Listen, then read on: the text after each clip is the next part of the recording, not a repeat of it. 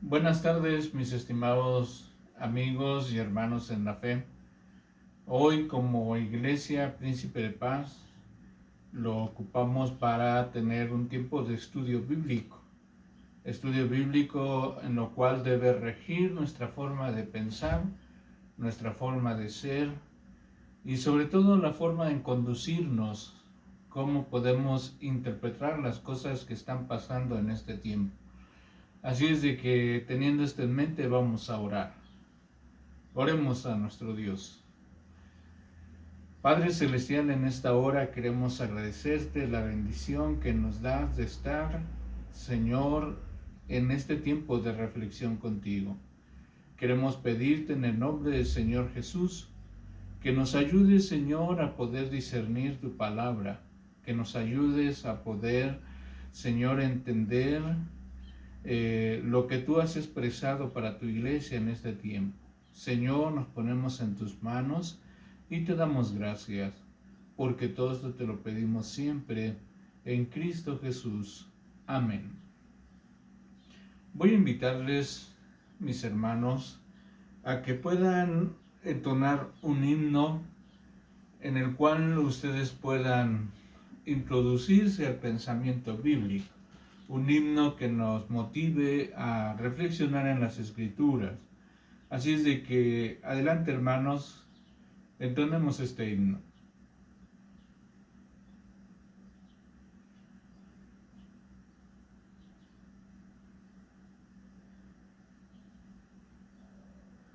Damos gracias a Dios porque tenemos su palabra. Esta palabra que Dios ha revelado y la cual nosotros la tenemos como más segura. No son tradiciones que vienen de una iglesia, no son pensamientos del ser humano, sino son palabras de Dios reveladas para cada uno de nosotros. Así es de que teniendo este pensamiento, vamos a continuar con nuestro estudio de escatología bíblica y me parece que a partir de hoy tendríamos que añadir una pequeña expresión de decir escatología bíblica aplicada. Vamos a tratar de hacerlo de manera sencilla para que todos podamos digerir este pensamiento. Y hemos estado abordando muchos temas en los cuales tienen que ver con el hombre, su creación, su vida, su muerte, qué pasa con el hombre después de la muerte. Vimos casos donde el hombre no es aniquilado o no es exterminado, sino vemos que la vida continúa después de la muerte. El gran problema es saber dónde pasará la eternidad. Eh, el ser humano, desde que fue creado por Dios, tuvo un principio, pero ya no va a tener un fin. Ese fin o esa expresión nosotros lo vimos como o vas a estar en relación con Dios o vas a estar sin relación con Dios. Estando con Dios cara a cara o en ausencia absoluta de Dios. Y eso es lo que hemos estado meditando. Gracias a Dios porque todos aquellos creyentes en Jesucristo tenemos la seguridad y la certeza de que Dios está con nosotros y de que pasaremos la eternidad con Él. Pero dentro de otras cosas que Dios ha querido revelar, tiene que ver con el asunto del final de los tiempos. Y sea dicho de paso, como una especie de tarea, si ustedes quisieran leer Mateo capítulo 24, eso vamos a empezar a abordar a partir de la siguiente semana. Pero el día de hoy vamos a introducirnos sobre un tema que también va relacionado con todo esto y tiene que ver con el tema de la salvación. La salvación. Este tema de la salvación del hombre es muy importante en la Biblia, de manera aplicada, sencilla. Hay dos pensamientos, hay más, pero hay dos pensamientos principales en los cuales nos rigen que hay un parteaguas en la historia de la humanidad. Y ese parteaguas tiene que ver con el pecado. El pecado que vino a traer la condenación eterna, la separación de relación con Dios entre el hombre. Y entonces esto tiene que ver con el pecado. Y muchas personas piensan, tienen la idea de que el asunto de la salvación vino a ser después de la caída del hombre. Es decir, Dios había creado el mundo, Dios había creado todas las cosas, Dios había creado al hombre para vivir en perfecta comunión con Él, pero a raíz de que el hombre peca, hay una separación y Dios se ve obligado a hacer un nuevo plan. Todo a partir de la caída del hombre. Y entonces, entre tanto, muchos lo ilustran de muchas maneras, pero hemos oído como la gente dice, pues es que Dios es un Dios caballeroso, que nunca va a hacer nada en contra de tu voluntad. Dios te va a pedir permiso para poder actuar o hacer tu voluntad. Y entonces, cuando lo escuchamos así, pues parece algo hasta cierto punto elocuente.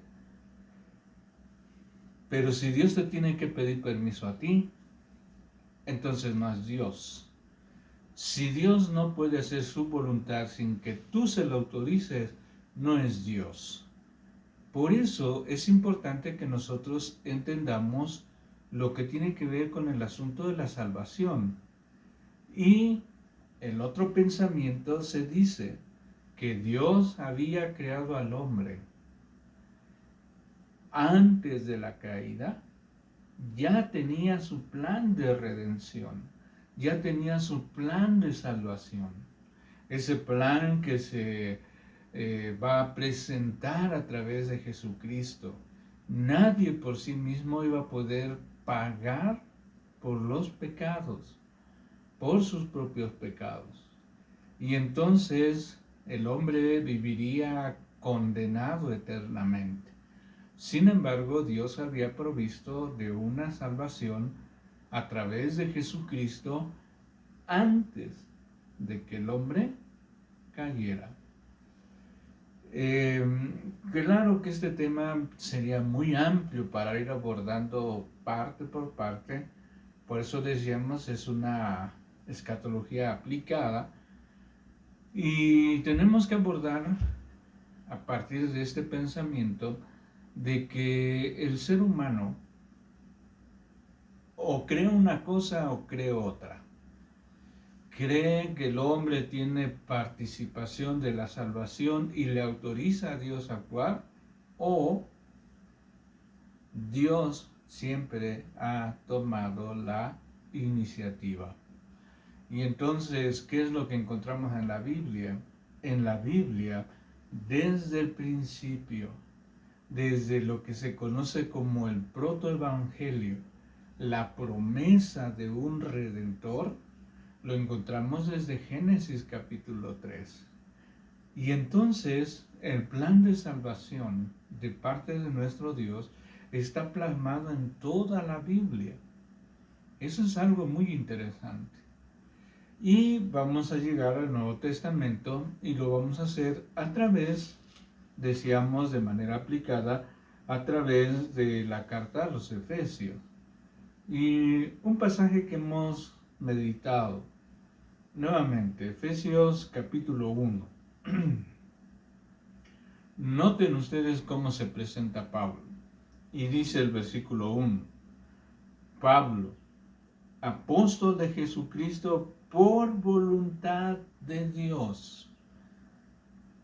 Pablo, apóstol de Jesucristo por voluntad de Dios. No fue por su deseo, no fue por su propia voluntad, sino fue por la voluntad de Dios a través de Jesucristo. Y él escribe esta carta. ¿Qué es lo que él escribe? Decíamos en una ocasión pasada, versículo 3, esta convicción que se nota en la vida de Pablo. Bendito sea el Dios y Padre de nuestro Señor Jesucristo, que nos bendijo con toda bendición espiritual en los lugares celestiales en Cristo Jesús. Según, noten ustedes, según nos escogió en Él antes de la fundación del mundo, para que fuésemos santos y sin mancha delante de Él. Primer bendición que encuentra Pablo, que nosotros fuimos hechos santos y sin mancha antes de la fundación del mundo. Y si esto fue antes de la fundación del mundo, tenemos que reconocer que fue antes de que el hombre existiera. En Él, dice el texto, nos escogió antes de la fundación del mundo.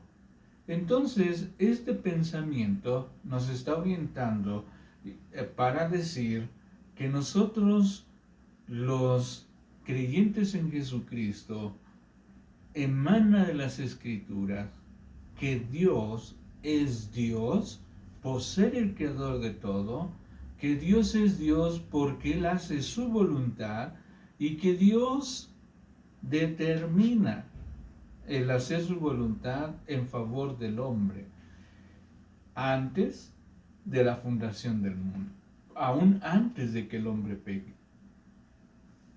Por eso es importante que nosotros con este pensamiento vayamos al capítulo 2, Efesios capítulo 2. Y dice así el texto: y Él os dio vida a vosotros cuando estabais muertos en vuestros delitos y pecados. Noten ustedes esta expresión. Por el pecado nosotros estábamos muertos. Ahora es importante esta expresión. Un muerto puede hacer algo por sí mismo. Un muerto puede sentir calor y quitarse el abrigo, el suéter, lo que tenga. ¿Un muerto lo puede hacer? No. Entonces, cuando dice la Escritura que por nuestros delitos y por nuestros pecados, nosotros estábamos muertos espiritualmente. ¿Qué podíamos hacer en favor nuestro? Nada, porque estábamos muertos. Versículo 2. En los cuales anduvisteis en otro tiempo, siguiendo la corriente de este mundo, conforme al príncipe de la potestad del aire, el espíritu que ahora opera en los hijos de desobediencia. Versículo 3. Entre los cuales también todos nosotros vivimos en otro tiempo, en los deseos de nuestra carne, haciendo la voluntad de la carne y de los pensamientos, y éramos por naturaleza hijos de ira, lo mismo que los demás. Todo ser humano, a partir del pecado, viene a ser hijos de ira, la ira de Dios. Todos, absolutamente todos. Y aquí viene lo interesante del texto. Versículo 4.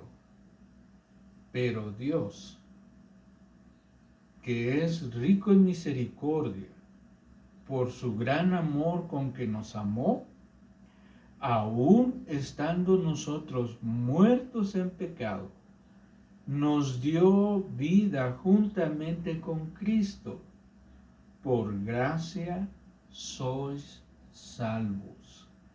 Y juntamente con Él nos resucitó, y asimismo nos hizo sentar en los lugares celestiales en Cristo Jesús, para mostrar en los siglos venideros las abundantes riquezas de su gracia en su bondad para con nosotros en Cristo Jesús. Porque por gracia sois salvo por medio de la fe. Y esto no de vosotros, pues es don de Dios, no por obras, para que nadie se gloríe. ¿Cuándo nos dio vida Dios? Y dice el texto, nuevamente, Dios nos dio vida, dice el texto, cuando estábamos muertos en nuestros delitos y pecados. Ahí nos dio vida Dios, cuando estábamos muertos. Por eso va a decir el texto, por gracia sois salvos. Si nuestra salvación fue antes de la fundación del mundo, es por gracia, no es por méritos, no es por buenas obras, no es porque lo merezcas, es por gracia. ¿Cuál es la finalidad? Y la finalidad es que mostremos en este tiempo la gracia de nuestro Dios.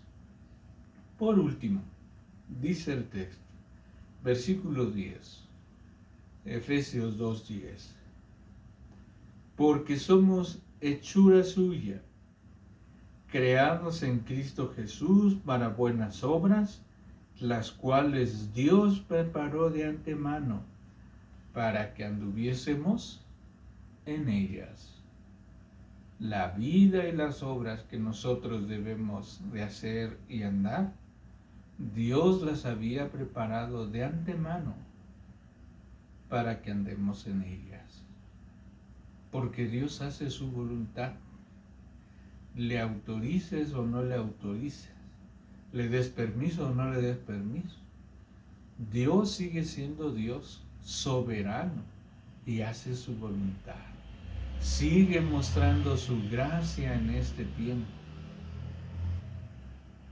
Por eso es importante entender el tiempo de la salvación. Así es de que el tiempo de nuestra salvación no se ejerce en el momento en que yo acepté a Jesucristo como mi Salvador. Porque para empezar yo no le acepté. Él vino a buscarme. Por obra del Espíritu Santo es que yo puedo responder al llamado de Dios. Pero mi vida en Dios tenía significado aún antes de la fundación del mundo. Entonces mi salvación estaba antes de que todo fuese formado. Dios ya nos había bendecido. Dios ya nos había elegido para estar con Él. Y esto es para darle gracias a nuestro Dios. Por eso en la Biblia vamos a encontrar muchos ejemplos de todo este pensamiento. Job, yo sé que mi Redentor vive, y una vez deshecha esta mi carne, le veré cara a cara. Muchos de nosotros tenemos que entender este pensamiento. El asunto de nuestra salvación tiene que ver con Dios. No tiene que ver contigo ni conmigo. No tiene que ver con nuestra historia, sino con la voluntad de nuestro Dios. Hoy, si quieren imaginarse la situación que estamos viviendo, esta situación de pandemia, Dios está haciendo su voluntad. El gran problema es que nosotros no entendemos, no alcanzamos a discernir qué es lo que Dios está haciendo. Pero Dios está haciendo su voluntad. Y seguro, dice el texto, es que es para mostrar a la humanidad su gracia. Esa gracia, esa misericordia expresada en el hombre, aun cuando está muerto en sus delitos y pecados. Aun cuando el hombre no quiere buscar a Dios y no quiere saber de Dios, hoy el hombre está siendo doblegado para buscarlo a Él. Y solo le responderán aquellos que han entendido que han sido llamados por Dios. Por eso es importante que usted y yo traigamos a la memoria este mensaje de salvación, porque a partir de ahora vamos a abordar el tema de la segunda venida de Jesucristo. Nosotros no tenemos ni idea de cómo es la segunda venida de Jesucristo. Tenemos algunos pensamientos, que si este es el tiempo, que ya se está cumpliendo parte de las Escrituras, pero dice el texto, la verdad, el día y la hora, nadie sabe. Todo es la voluntad de nuestro Dios. Así es de que, mis estimados hermanos, Jesucristo vendrá por segunda vez en su iglesia y ya lo hará, como dice su palabra, en toda plenitud. Lo más importante del final de los tiempos no es si el mundo se va a acabar, no es si una peste, si un meteorito, si un temblor. Eso no es lo importante.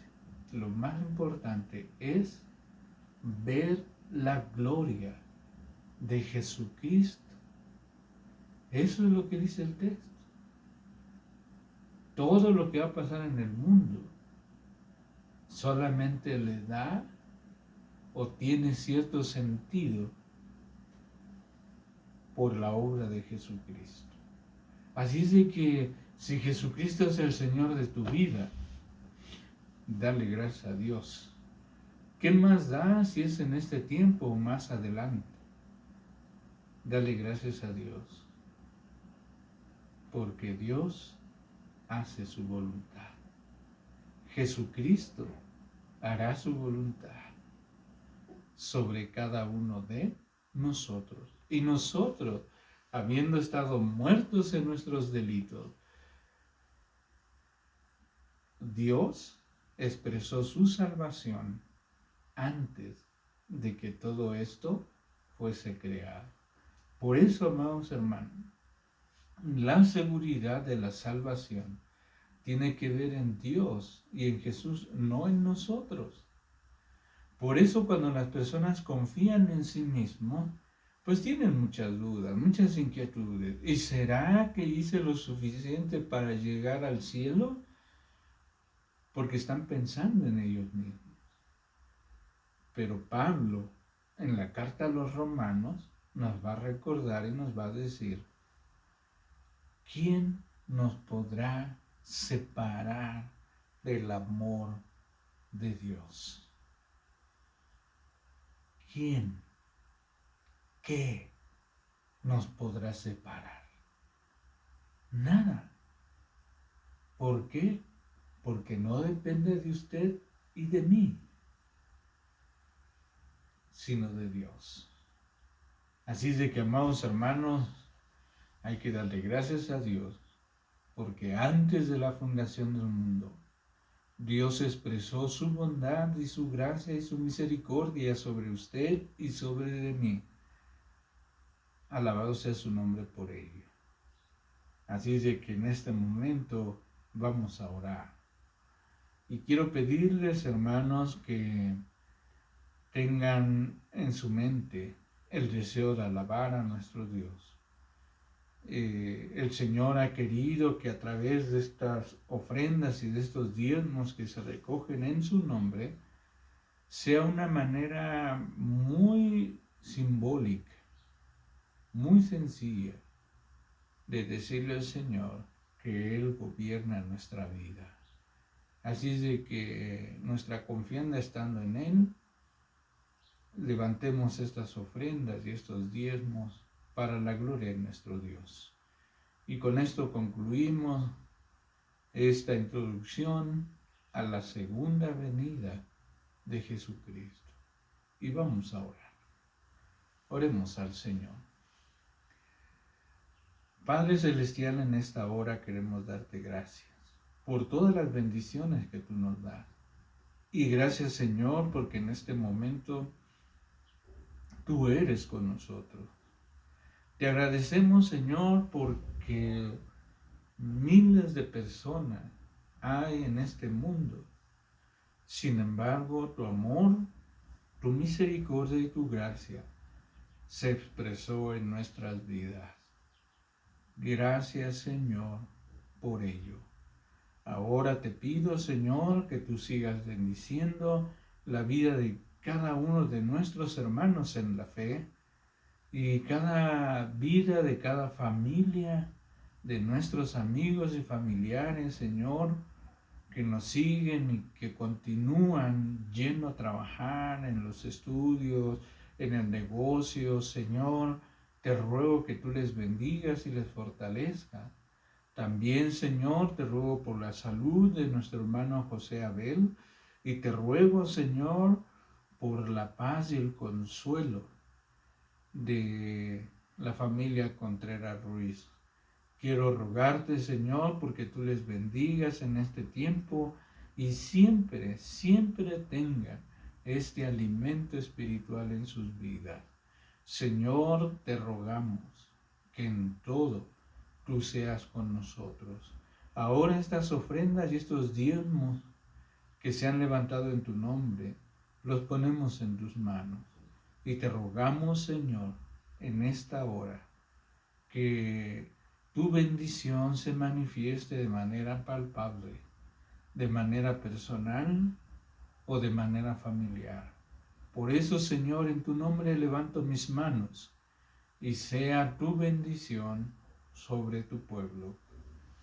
Y ahora, mis amados hermanos, que la gracia de nuestro Señor Jesucristo, el amor de Dios el Padre y la comunión de su Santo Espíritu sea con cada uno de ustedes, ahora y siempre.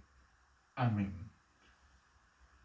Pues reciban un saludo del consistorio de la Iglesia, Príncipe de Paz, de aquí de Pachuca, Hidalgo, y que Dios les bendiga, y en el nombre del Señor, y si Dios así lo quiere, nos vemos el próximo domingo.